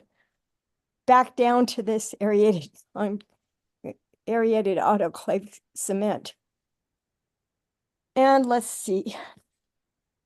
I really like the testimony of Scott Lundgren, Mike Wolfsey on about the pipelines and the brittleness and the use of other things in the pipelines. Portia Prescott, like, there has just been an amazing amount of intellectual capital spoken in this testimony today. I'm just blown over. Of course, you know, I was supposed to get heat pumps from Xcel, and I'm freezing cold now. This is like 6 months ago. City of Boulder is paying for the installation, and Xcel's giving me the heat pumps. Well, where are they? 6 months later, I'm freezing cold in my place. I'm 70 years old. Do I have to live this way? No small nuclear reactors, don't even get that idea. No transmission, large transmission energy. What we need is reactive energy microgrids. That's what we need. And let's see. We need to pay people $5,000 to get rid of their gas line. We need to pay them. Xcel needs to pay them. Xcel's clearly, it's like everyone said, they're the wrong model. They're the stockholder, the shareholder, not the stakeholder. We are the stakeholder, and you represent us. Thank you, Eric. A lot of people spoke about the excess, you know, of how this is discriminatory as an incentive. You know, I mean, as another inflation that's happening to everyone. People, you know, the homelessness is overcoming all of our communities. And this does everything to accelerate the homelessness. You know, they're spending three hours, and they were arguing this morning, it's going to be longer than 3 hours on homelessness in Boulder, where I'm from. So, you know, my LEAP funds, poof, gone away. My, you know, because I'm getting my Social Security now, which doesn't cover my costs. And let's see. My food stamps went from $3.75 a month to $23 a month. So these are impacts. You know, I have the masonite siding melting on the side of my house. I can't help it. I bought my house with masonite siding on the addition. It's crap. And, you know, contractors that are just lousy. Some guy put a hot water heater on the side of my house. He said, "Oh, I've got heat tape on it." Yeah, that's very nice. What happens when Xcel Energy goes down? Then I have no hot water heater. Brilliant. That's what you get in the building community. And I met him at the building and services, at the planning and services development, where people go in to ask for their permits. So let's see. I'm a big supporter of ground loop heat pumps. I found out that someone in South Boulder is taking their brand new house and retrofitting it from gas to ground loop heat pumps.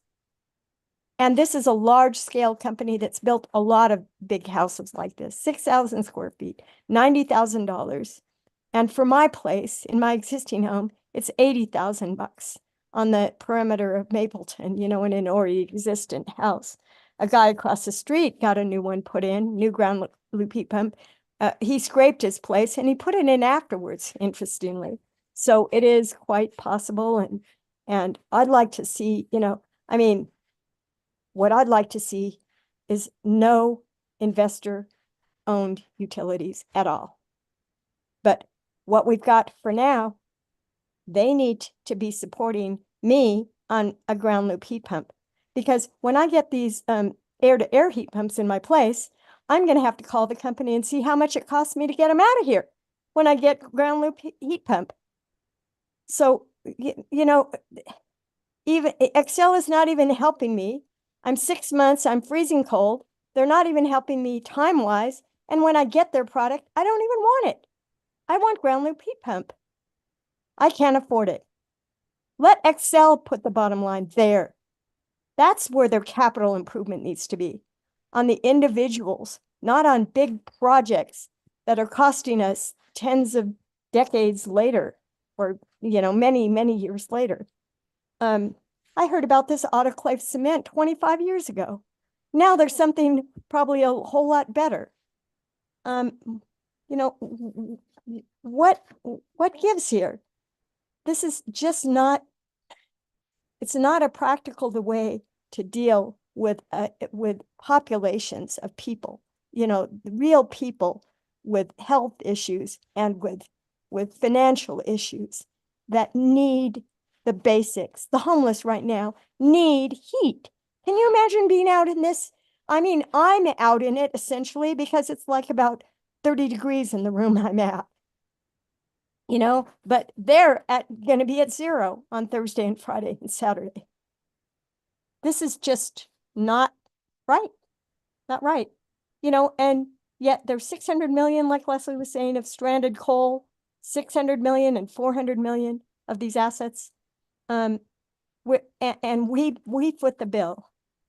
And, the time of use, I don't even know what my base rate was. I know it's 19 at the high point, I know that it's 15, that's from 3 to 7. I know it's 15 from 1 to 3. I know it's 12 before that, from 7 at night till 1 in the afternoon. But I don't know what the base rate was. So I don't even know what I'm saving. But I'm already, it's just the water bill, all of these other bills that add up. My water bill's 95 and I don't even irrigate. And in other surrounding communities, it's 35. We have wastewater and stormwater issues in Boulder.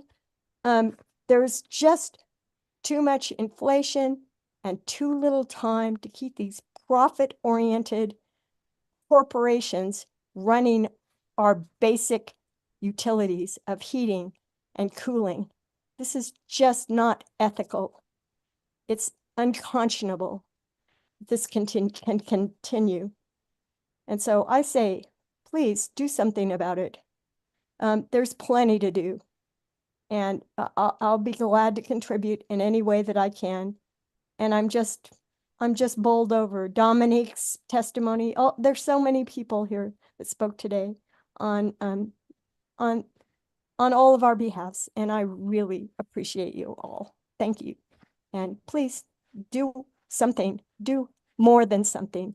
Do every single possible thing that you could to get rid of this investor-owned utility from it, to just get rid of it, because we can do it so much better ourselves. We have so many means and so many resources that we can deploy to actually help our economy and survive, because we got bigger fish to fry when the atom bomb comes from Gaza and Israel and Palestine. Because, you know, this is all pointless. This discussion is pointless. I don't care how cold or hot, warm I am or hot, because I'm going to be in fiery hell when the atom bomb comes, and it's coming. We've got bigger fish to fry. So let's get this taken care of, please. Eric, thanks a lot. Thank you. Thank you, Ms. Siegel. Mr. Steve Whitaker. Thank you, commissioners, for the opportunity to comment in opposition to Xcel's clean heat plan.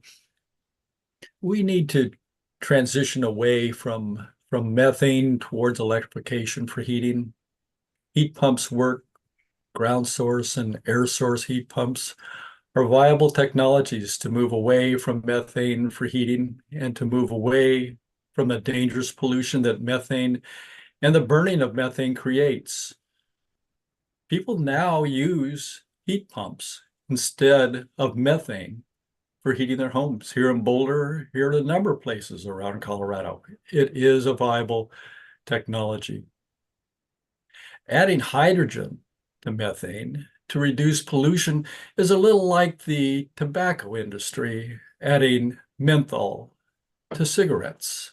It sweetens it a bit, but still is just as damaging and deadly. If you look out to the distant future, we will not be using methane for heating. We will be using electricity. It's time to move on to the better long-term solution, electrification from renewable resources. Thank you. Thank you, sir. Mr. Scott Hatfield. Yes. I'm pretty disappointed in a lot of the aspects of the plan. I'm concerned that there's going to be, with the continuation of use of methane, that you're going to create a codependency with peaker plants in the electric resource plan, codependency on methane. And it's a real big problem. We know that because we have the new methane verification rules at the state and federal level, still being developed. There's a hearing this week on that. But it shows that you don't have a handle on how much is leaking. And that's a real hazard. So,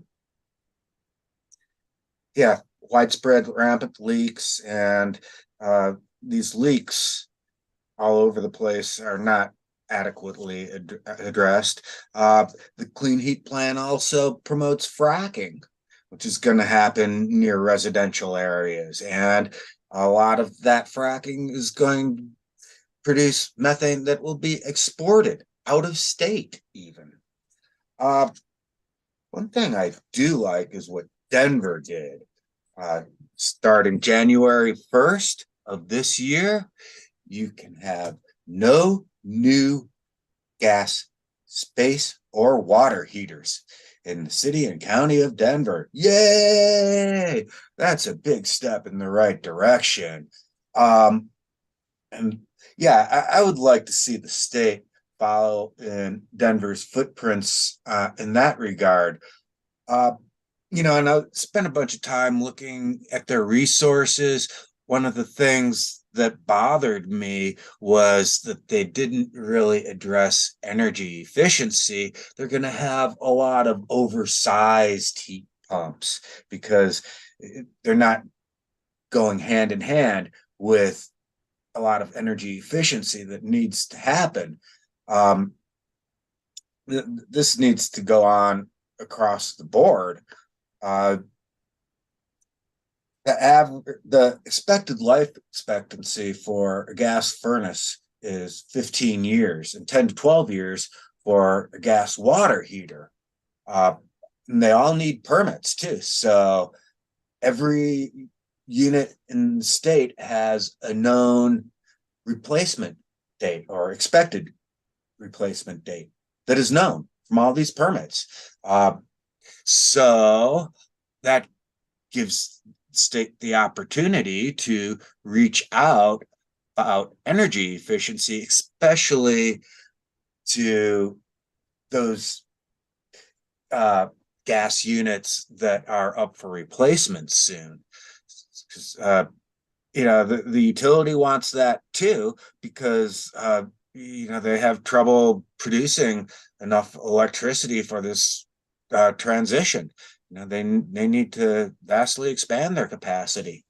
So that's a big business opportunity for them as well. Xcel shouldn't be behaving like a fossil fuel company. It should be behaving like an energy company. But yeah, if a unit is within a couple of years of being replaced, it's going to be difficult for that property owner to do a thorough energy efficiency.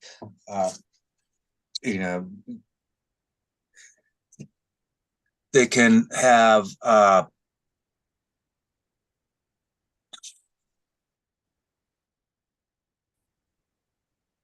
excuse me.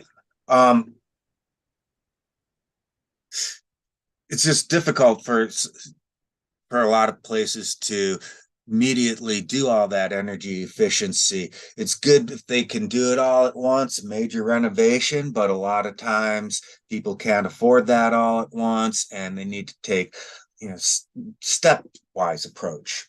You should be notifying all these units of a energy efficiency schedule, I think, so that they can be ready when their unit needs to be replaced with all their water efficiency and energy efficiency there in their home or commercial building, maybe. So yeah,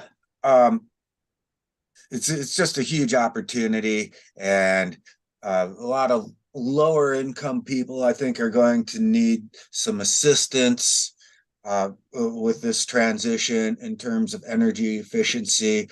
I think a lot of those funds are probably becoming available. Upper income residential could be easier to regulate just because they want to have huge square footage, and comes more regulatory.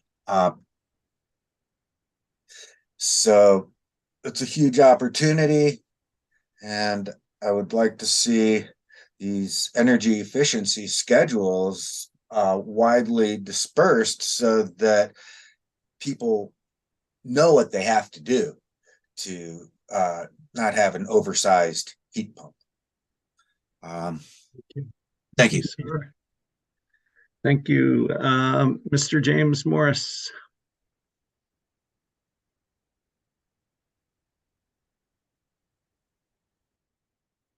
Hi, I was interested in reading Sidney Wolf has a sign above his door. He's the fellow who started the health research group. It's in Latin. It says, Populus I am dudum jufatatis est. The people have been screwed long enough. He's the guy who was trying to ban different drugs and surgical implants and things that were killing people. He worked with Ralph Nader for years at the Public Citizen. And somehow that fits together in my mind with a recent article by Jeffrey Sachs. He's a UN economist, and he has an article on December 26th about US foreign policy is a scam built on corruption, where he says, through advertising, public relations, campaign contributions, and lobbying, monopolies and such control the narrative and control the possible solutions. He says our current system is broken, deceitful, and corrupt. He was also saying that he gives examples of our health industry and our war industry. And I think the natural gas industry is connected to our war industry because natural gas and oil companies have been accused of starting the Iraq war to prevent competition from Iraq, of blowing up the Nord Stream pipeline so that we could sell natural gas to Europe instead of Russia, of bombing Libya, of threatening to attack Iran. Well, it just goes on and on. I mean, for our economic domination through oil and natural gas energy, we're starting wars. And Sachs says that it's some huge amount of money, like per household. I think it's $40,000 being spent on war in the last 4 years, and another 12,000 this year. Similarly for health care. So it's probably similar for electric power and power for industry and heating homes and stuff. So I agree with a lot of the neat things people said. And I never think to thank you guys, but I do thank you, partly because I like listening to the other people speak. They all have really good points. And it makes me sort of hopeful about humanity, listening to the things people say. I mean, I like other people were just saying that efficiency is cheaper and quicker. You can, do insulation and sealing of homes, and they've been doing it for years all over, and it works. It happens immediately. And you give people jobs too. It's just so much better. And similarly, the idea of resiliency, like if you have fires or floods or tornadoes or hurricanes, it's better to have houses that are insulated or air sealed or have local storage or local generate. Well, anyway, you guys know all this stuff because so many other people have said it better, but I generally don't like much that Excel does. And I like that you're trying to put your, build a dam against what Excel's trying to do. And thank you very much. Bye. Yeah, thank you, sir. Mr. Eric Frankowski. Can you hear me? We can. Excellent. Thank you, commissioners, for allowing the public to address you today on this important issue. My name is Eric Frankowski. I'm a lifelong resident of Colorado and have lived for the past 26 years in Longmont. Excel supplies Longmont with methane gas for home heating and appliances. I'll try to make my comments brief. We know gas is harmful, both environmentally and economically. We know that burning it in our furnaces and our stoves releases CO2, and that methane leaks from pipelines that deliver it. Anyone who lives in Colorado also knows what it does to our wallets. My gas bill doubled last year when we were hit with severe weather. So the Colorado legislature and Governor Polis deserve kudos for recognizing the importance of reducing GHG emissions from the gas sector and enacting Senate Bill 21-164. And you guys deserve credits. You guys deserve kudos too for tackling the process to put the law into action. The entire objective of the law is to make meaningful cuts to GHGs.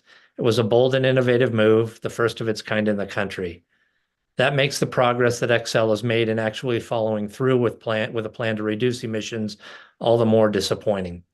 Rather than spending the past 2 years developing a plan that makes real cuts, Excel appears to have chosen instead to invest in creative accounting tricks and unproven technologies to make it appear on paper as if it is making progress. It is not. The clean heat plan presented to you by Excel relies on a business as usual approach that keeps as much methane as possible flowing into our homes and businesses. Excel's plan does not meet the letter of the law since it is based on dubious emissions reductions activities that are outside that allowed by the law and experimental technologies that are unproven. And it certainly doesn't meet the spirit of what the legislature passed. Really, come on, certified natural gas, that's like telling your doctor you've taken steps to improve your health because you've switched to filtered cigarettes. There are actually real steps that Excel can take to make meaningful cuts, like dramatically expanding programs to switch out furnaces and gas water heaters for heat pumps. Excel's plans dramatically shortchange these ideas. And it's little wonder why. Its gas operations are incredibly profitable. Company-wide, Excel's gas operations expanded deliveries by 8.8% from 2013 to 2022. Operating revenue from its gas business rose 71%. Revenue from retail customers jumped 48%, and revenue from residential customers climbed 59%. Net income climbed 83%, dividends rose 97%, and earnings per share rose 76%. From 2013 to 2021, when the previous CEO stepped down, pay for the company's top executives rose by $5 million a year, and board compensation increased by 30%. Board stock options rose by 34%. Xcel is getting rich as gas prices climb and making bigger dents in our wallets. It's little wonder their clean heat plan avoids making real cuts to methane emissions. The commission should reject Xcel's gas plan as inadequate and send it back to the drawing board to do better. Thank you so much for the opportunity to speak today. Thank you, sir. Ms. Mary Pettigrew? Hi. I looks like I might be the last person, so I'm going to really try not to say too much that other people already have. I've listened and agreed with so many of the comments presented here today, including thanking all of you commissioners. I really appreciate your time and attention to this. I'm a small business owner, parent, and because I live in Boulder, Colorado, I am an Xcel Energy customer. Again, as I listen to the comments, I have to say that fundamentally, it's almost kind of crazy that Xcel gets to write these plans. I mean, it's completely understandable that they're going to create plans that further their interests. Please consider what would be a better way to create a forward-looking plan than to have it run through a monopoly that's required to make money for their shareholders. That might have worked in the old days when we weren't concerned about climate change. But if we're serious about doing something, that's the kind of really big, different change that I think you commissioners could have some influence on. Until we Coloradans have an option like community choice energy, where competition is introduced, or better still, a situation where we move away from an investor-owned utility, please figure out how to change Xcel's incentives so that continuing to make big investments in fossil fuels isn't lucrative. I especially liked former Representative Tracy Burnett's suggestion that Xcel's shareholders, not their customers, should be on the hook for costs of expensive and unproven solutions. One thing I don't think it's been mentioned thus far, please do not authorize any expenditures of money to repair coal-fired plants like Pueblo Unit 3, also known as Comanche 3. It should never have been built, historically has not operated consistently, but it has polluted the Pueblo community consistently for 20 years. Use the millions of dollars that Xcel would like to spend on repairs at that coal-fired plant to fund the just transition for the plant workers. And I hope you will investigate shutting down Pueblo Unit 3 and other coal-fired plants much more rapidly than Xcel's planned 2031 retirement. It would save ratepayers tens of millions of dollars and tons of pollution. As you've heard, this plan's not adequate if we're serious about making changes that climate change demands. Please have Xcel revise this. Consider figuring out how to bring other parties into the process and incentivize accelerating electrification using proven renewable energy and demand-side management. Again, thank you so much for your time. Appreciate it.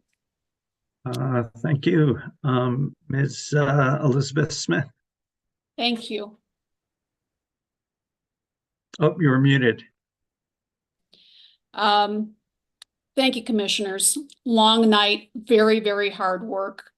I would echo pretty much what I have heard. Xcel has presented a plan that it just isn't a plan that's really serious about what we need to do here. It needs to be sent back to the drawing board, and Xcel's just going to need to redo this until they get it right. And this is not it. Blended hydrogen, bad idea for the reasons that have been stated. Electrification is going to benefit ratepayers. Electrification produces no indoor pollutants. It's more efficient. It's better for the environment. The cost of the proposed hydrogen blending project has gone from 5 million to 6.3. That alone should be enough to have us question it. And as others have mentioned, Xcel profits from infrastructure projects such as the one proposed because ratepayers have to pay that. I'm not crazy about the fact that, yes, I'm a Xcel ratepayer. I live in Wheat Ridge, and I don't like having to pay for this kind of infrastructure that really doesn't help us. Colorado ratepayers will be better served if Xcel uses the cost of the proposed projects to give its customers $2,500 rebates to be used along with the already existing government incentives to install heat pumps.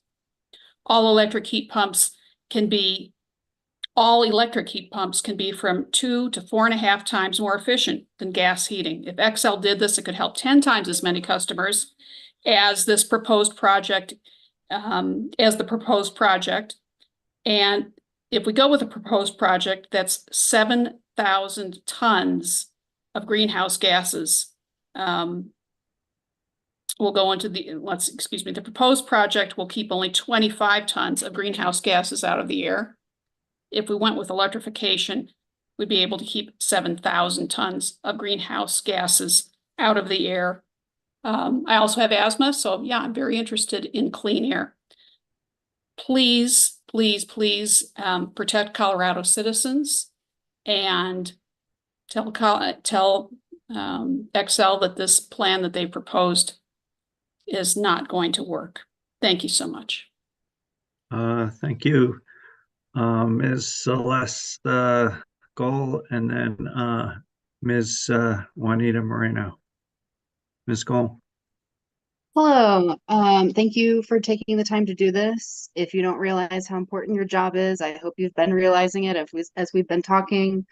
And I've been hearing a lot of my thoughts echoed, channeling my inner Katie Porter. No hydrogen blending. It's expensive. There are more explosions, more pollution, which in turn leads to more health problems, largely asthma, which you heard a lot of people mention today. And yes, to electrification. We need more incentives for this to complete the transition. Most importantly, I haven't heard anything about incentives for multifamily homes or a plan to get multifamily homes electrified. Multifamily homes are more likely to have gas appliances and gas heating than single family homes. So it's definitely an area that would be worth concentrating on. And also it would be appreciated if you could also make an effort to concentrate on BIPOC communities who are disproportionately affected by pollution and asthma and are more likely to have gas appliances and gas heating. Keeping my comments short. Thanks again. Thanks for the short comments, and thanks for the visual aids at the end of the night. Ms. Moreno. Hello, commissioners. Thank you for letting me talk here today and for these public comments. I really appreciate it. I'm a resident of El Paso County and a recreational enthusiast. I have worked in District 49 with many children. I have seen many of them with asthma issues. And the amounts of efforts that the teachers and myself have to go through to make sure they're getting the physical activity outdoors while keeping them safe playing indoors. They still can't run as much because they're breathing. I am here today because I am concerned about greenhouse gas emissions, and this new gas blending pilot has me even more worried. Xcel has given a false plan to reduce emissions by still using hydrogen. Natural gases and biometrics blending pilot that Xcel is proposing is not going to help us in our clean air problems. I don't think it's wise a decision for them to want to use its own residents as an experiment to see if their plan will do well on a person's lungs and health as they are hoping for. We all know how these gases work, but I think bringing up the details about it at this time will help everyone to understand our point of view a little better and why I'm opposed to this. 99% of the hydrogen is made from fossil fuels, which we know aren't good for our air, and which scientifically, when burned, it creates more indoor air pollutions as well, which is linked to more asthma. Windows, as we all have, are made to release so much air outside so much air outside and not bring in much air outside in. In needing these to work the way that they do because of outside environments, we are leaving ourselves trapped in this incubation of toxins. Our apartments are also being built with less windows because of the amount of housing in each building. Why should we be making more blend with hydrogen when it harms us so much more? I ask myself this many times. I feel that profits help those overlook certain concerns that we are truly facing. Excel is claiming this blending project will cost $6 million, and that's not including the cost of hydrogen that Excel would blend into this system, which could lead to hundreds of thousands of dollars each year, putting the pressure on the customers for it. I feel that if we aren't using our monies in more truly profitable long-term ways now, which are the environmental ways, we will suffer greatly in the hands of nature, a nature that we have manipulated, a nature that won't be so kind to us, a nature that will give us a battle that we won't win. Excel could issue rebates paired with other rebates to help electrify over 10 times as many homes.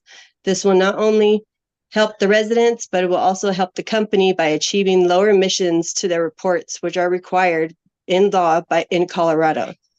Going with more electric appliances in Colorado and installing heat pumps will save many more lives and prevent more hospital visits for our top-related asthma issues here in Colorado. Thank you for listening, and I appreciate all of your time tonight. Thank you. I think that's it for the hands and the videos I see. So with that, I just want to thank everybody. As always, I learned a ton and heard a lot that gave me something to think about, and appreciate everybody's time and perspective. So that, Commissioner Plant, any final thoughts? I would just say the same as you. Thanks to everybody who took your time to come and listen and to speak to us. This is such an important part of our job. And the PUC process can be a little bit esoteric and sort of hidden from public, not by design. It just it's a difficult issue, as all of you know. And so really appreciate you taking the time and making the effort to get involved and to share your thoughts with us tonight. So thanks. Commissioner Gilman. Given the late hour, I essentially echo all of that, and thank you all for spending your time, not just here with us tonight, but also in preparing for this. It was very clear.